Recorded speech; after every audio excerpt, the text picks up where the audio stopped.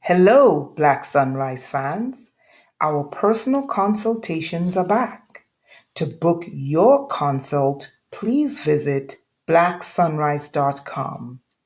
You can now schedule half an hour sessions and 1 hour sessions on Tuesdays, Wednesdays, and Fridays. Tuesdays and Wednesdays 12 to 5:30 p.m. and Fridays 12 to 6 p.m. Please remember to spell Black Sunrise BlackSonrise.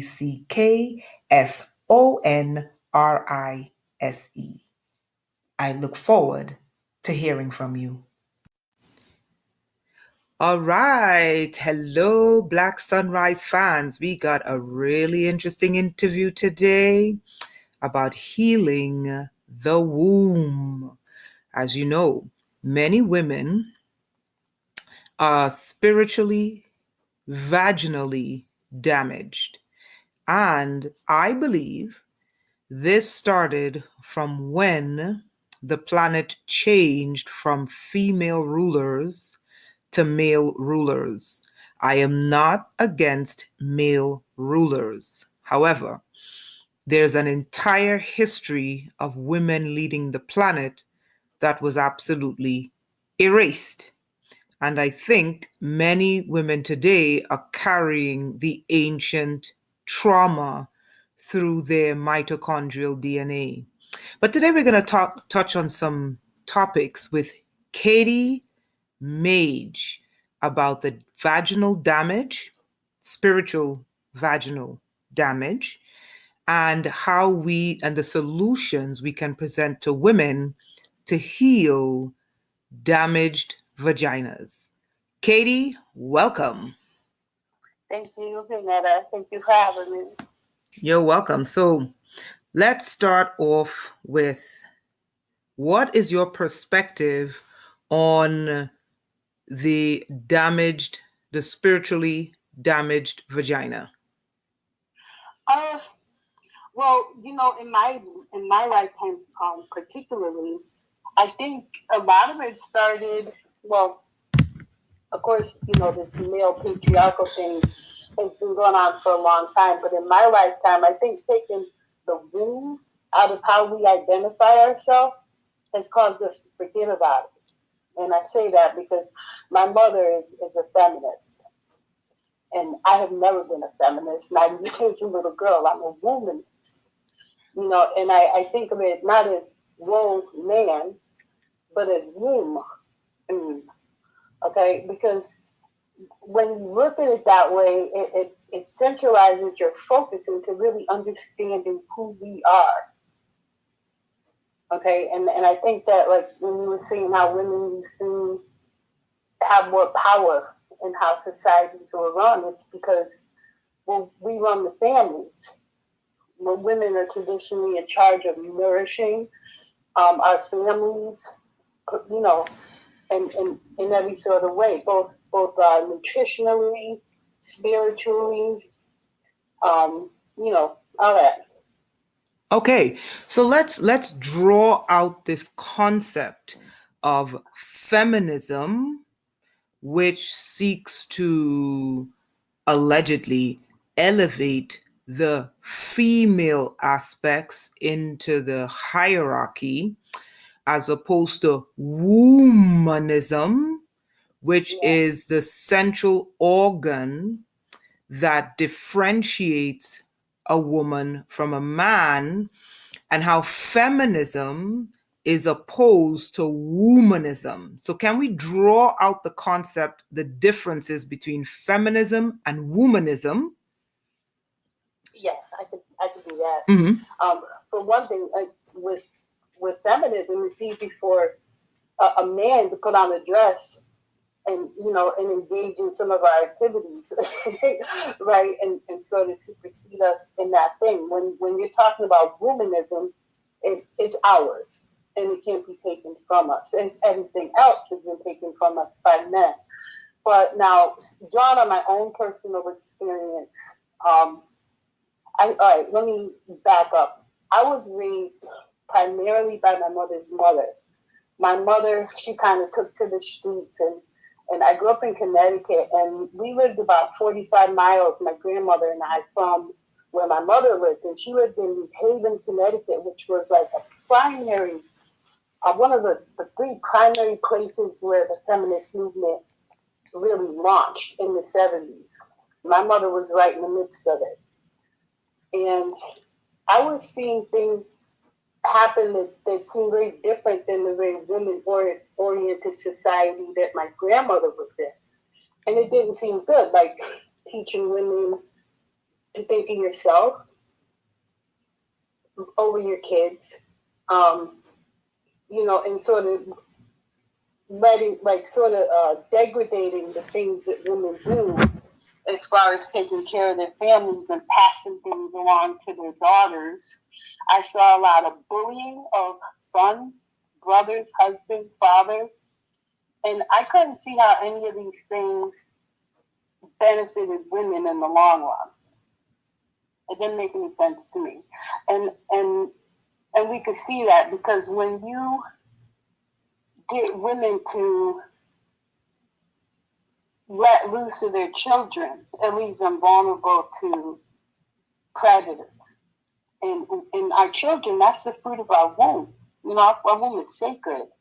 And it also taught young women that their liberation comes from like sexual freedom, okay, without any instruction whatsoever about the effect that a man's sperm has inside of our womb.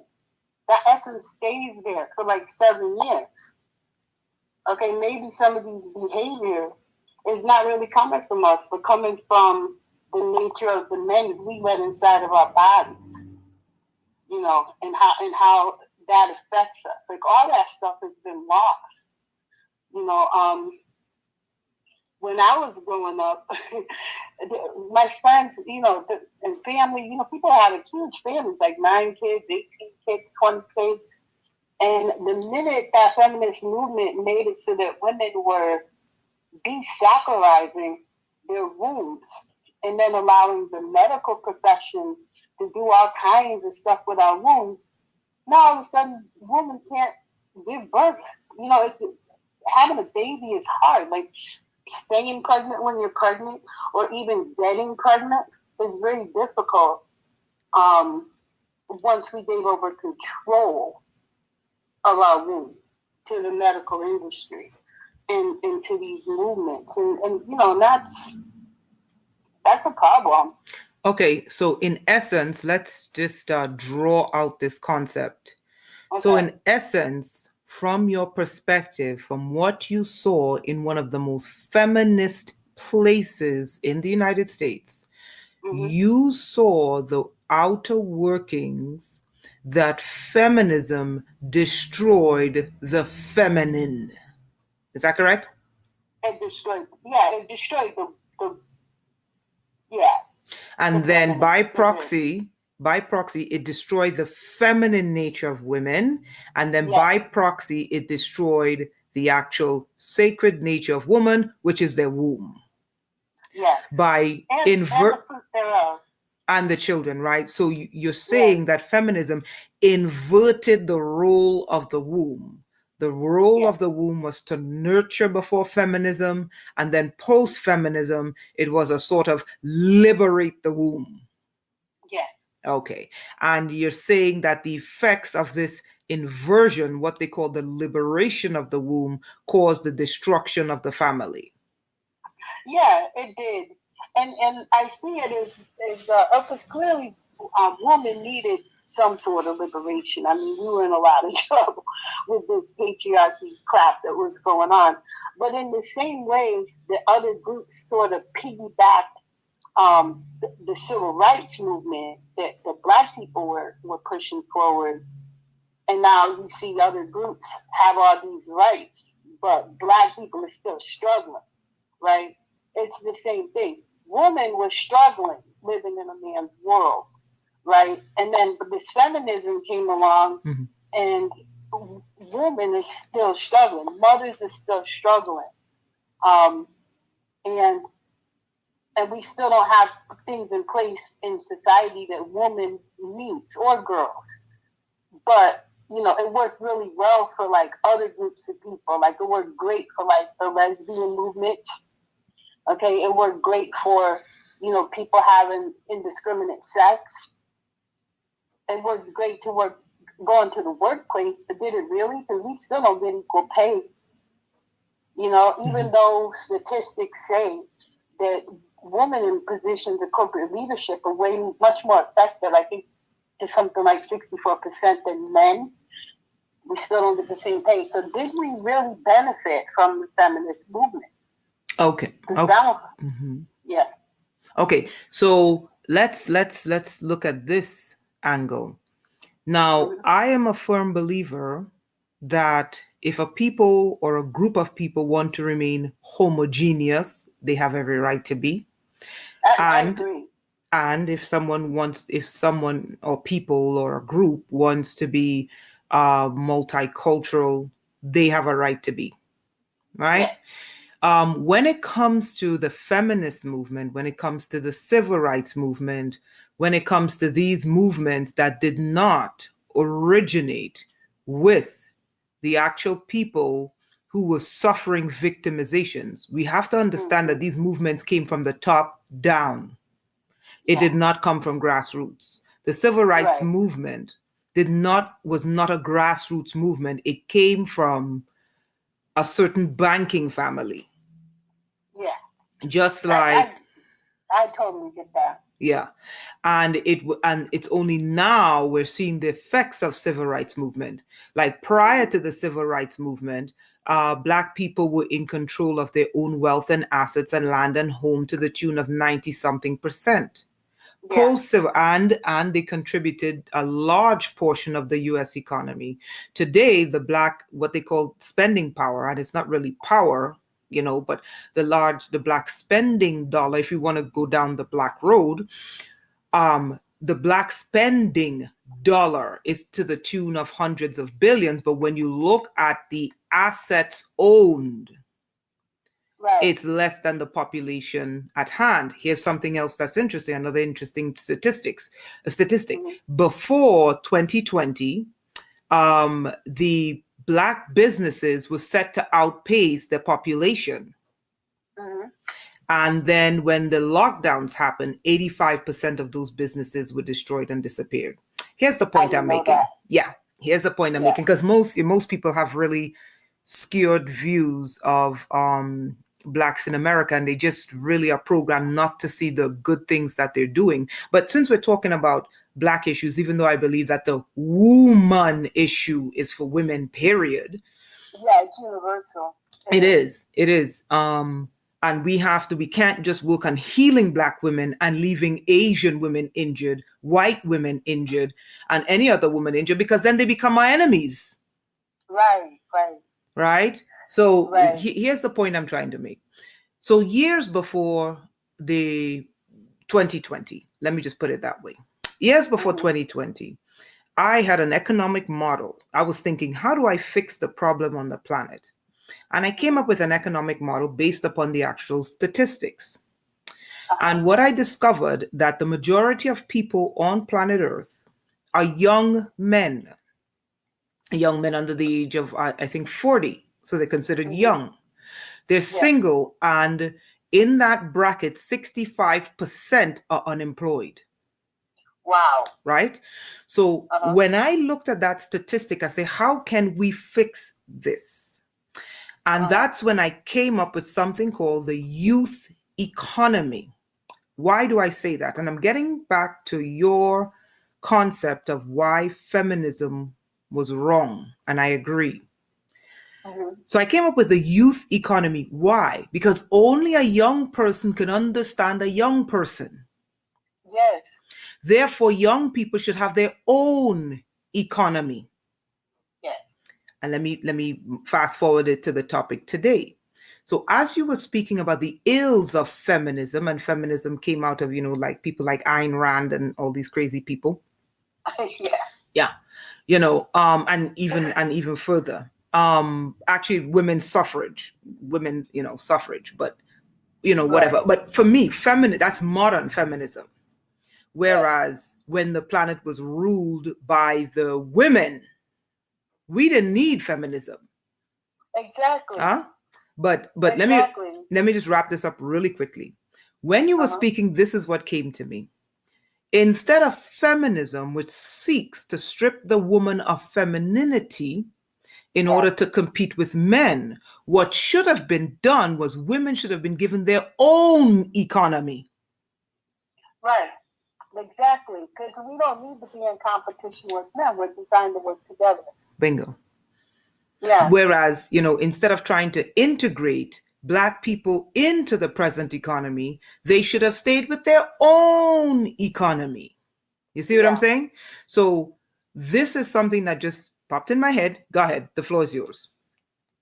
Okay. Thank you. So, well, I defined a list of things that I think have, that affect us because of all this. And some of these things I group under the umbrella of women are disconnected from each other, right? And and this happens because we're also disconnected from our relationship to our wounds. And it didn't happen by chance. It's like what you were saying. There's this unseen agency that engineers this secretly because it's in the interest of others to have women scattered and chaotic and not taking care of the things that we're designed to take care of. Like women are naturally wired to work together. And you can see this if you watch men play basketball and then watch women play basketball. Big difference, right? So one of the first things where you can see this is that we've lost practical knowledge of women more.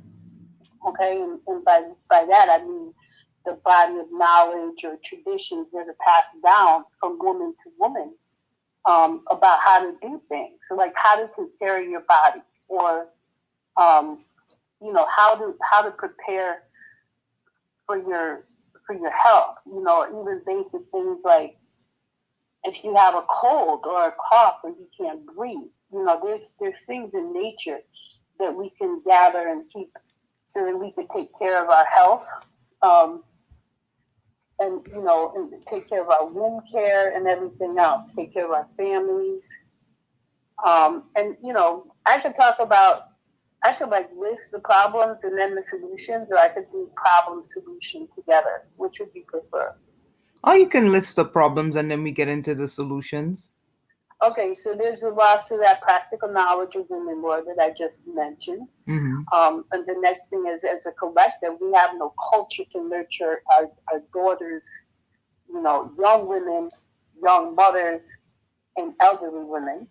Okay, and the next thing is there's the next two issues are sort of like two sides of a coin, and that is that there's a rampant culture of jealousy, which you see, like, for example, older women being jealous of younger women, poor women jealous of wealthier women, women with low self-esteem jealous of women with confidence, and so on. And then the other side of that coin is there is a rampant culture of contempt that women have for other women. Okay, and some examples of that might be educated women toward uneducated women, secure women against struggling women, well-groomed women for earthier women. Unkempt. Yeah, unkempt, this word. And religion-based contempts of all kinds, or cultural consciousness sort of based contempt. All right, so, and then there's, the next thing is, there seems to be more of a spirit of competition rather than cooperation. Okay, and then there's the inability to be taught and or corrected by other women when it is called for, right? So, and that too is part of a two-sided coin. The other side of that coin is an unwillingness to teach or correct other women when it is called for, right? And one of the most absolutely corrosive, awful things is trash talking each other. Trash talking your friends, your family, face to face and behind the back, as well as in public spaces. Right? So this is an awful thing that women do, and it's socialized, into how women communicate with each other. Like, it's normalized. And then the last thing I put up here is an inability to communicate with other women across socioeconomic and other perceived barriers, like race or culture. I notice a lot of people don't do that.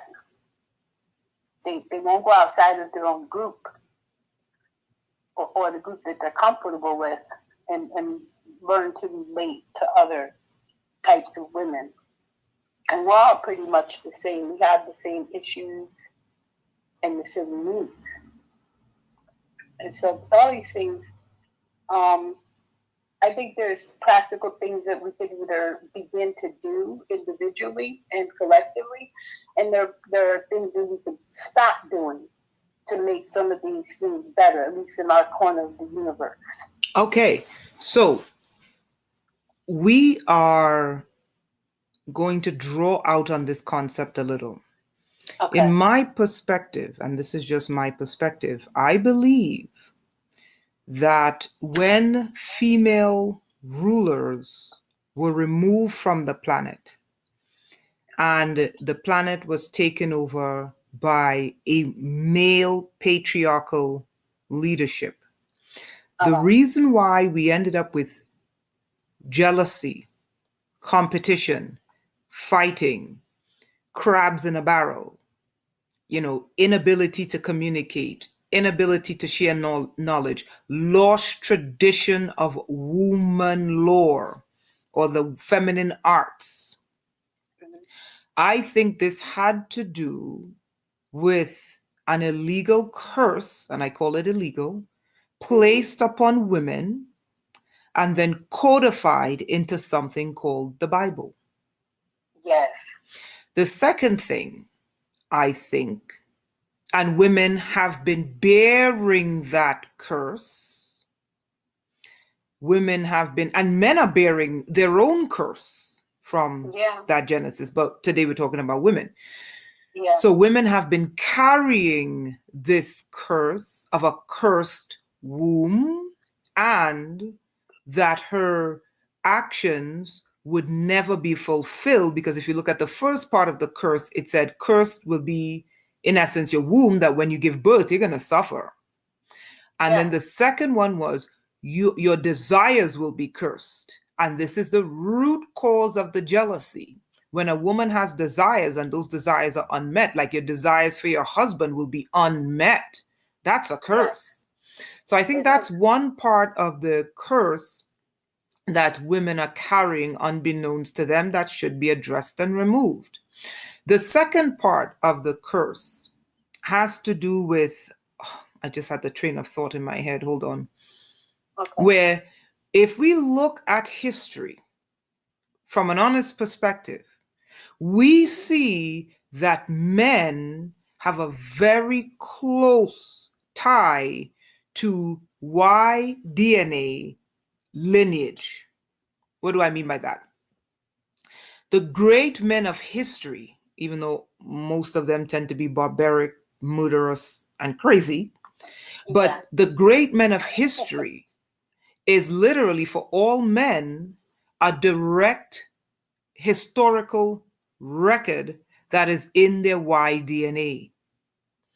When it comes to the great females of history, they're hidden. What do I mean by that? By that, I mean women, the bond that women share from great women 100 years ago, 200 years ago, 1,000 years ago, 2,000 years ago, 3,000, 10,000 years ago, it's been erased. Yes. So there is something in women that comes up in them as jealousy, and that jealousy is being manifested because of that illegal curse that says that your desires will not be met. and it manifests itself in jealousy is because the women, the empty DNA lineage of great women have been erased. So when a woman perceives there's a woman who's greater than her in front of her, it makes her subliminally feel like she will be erased in history too. Oh, wow. That's an interesting perspective. Yeah. So we got Yeah. 5 minutes before we do part 2. So get your thoughts out on that, and then we'll start a second recording. Go for it. Okay. Yeah, I didn't look at it that way, but that makes sense. And the only, like, immediately the way I can relate to it is to use my grandmother as an example. My maternal grandmother and her mother, because and by the way, they're where I get that whole sense of womanness, because they didn't need to be rescued as women. My great grandmother, she had agency. She was entrepreneurial. I think she had like 6 or 7 gigs going. Okay, and she had beautiful relationships with her husband. She was widowed twice, and then remarried a third time. But all of these men honored and respected her, and they didn't feel in competition with her, right? And she didn't engage in competition with them, right? They did different things and they did it together. And her daughter, my grandmother, she was the same way, and she was widowed when she was 19 years old. So she actually had a sort of freedom that women back then didn't have. And then World War II happened. So at 21, she was working in Remington factory making bullets, and so she had like economic security as well. And a lot of people were not very nice to her because she had something that other women didn't have. And she also had a very a sense of who she was, because her mother knew her heritage and lineage, and her father was from Jamaica.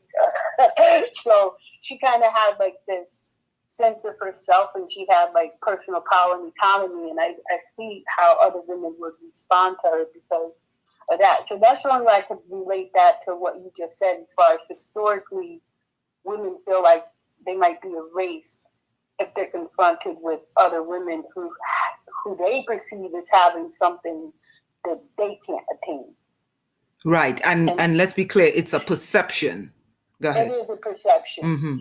Because women could do anything. And I personally just feel like all women are beautiful. I don't care what you look like. All women are stunning as far as I'm concerned. And because we are women, even if a woman doesn't choose to have children, she's still, there's just something different that I compare with the very earth that we live on, that provides everything for us, right? So it is a perception when we feel like we can't do something, or that the only validation we could have is externally to ourselves. My daughter mentioned that I should mention that as well, the way women feel like they have to get validation from outside of themselves in order to feel better. And even then, it's like a false sense of feeling good. An identity. Can I interject for 1 second? Yes. Let's look at these religious books, right?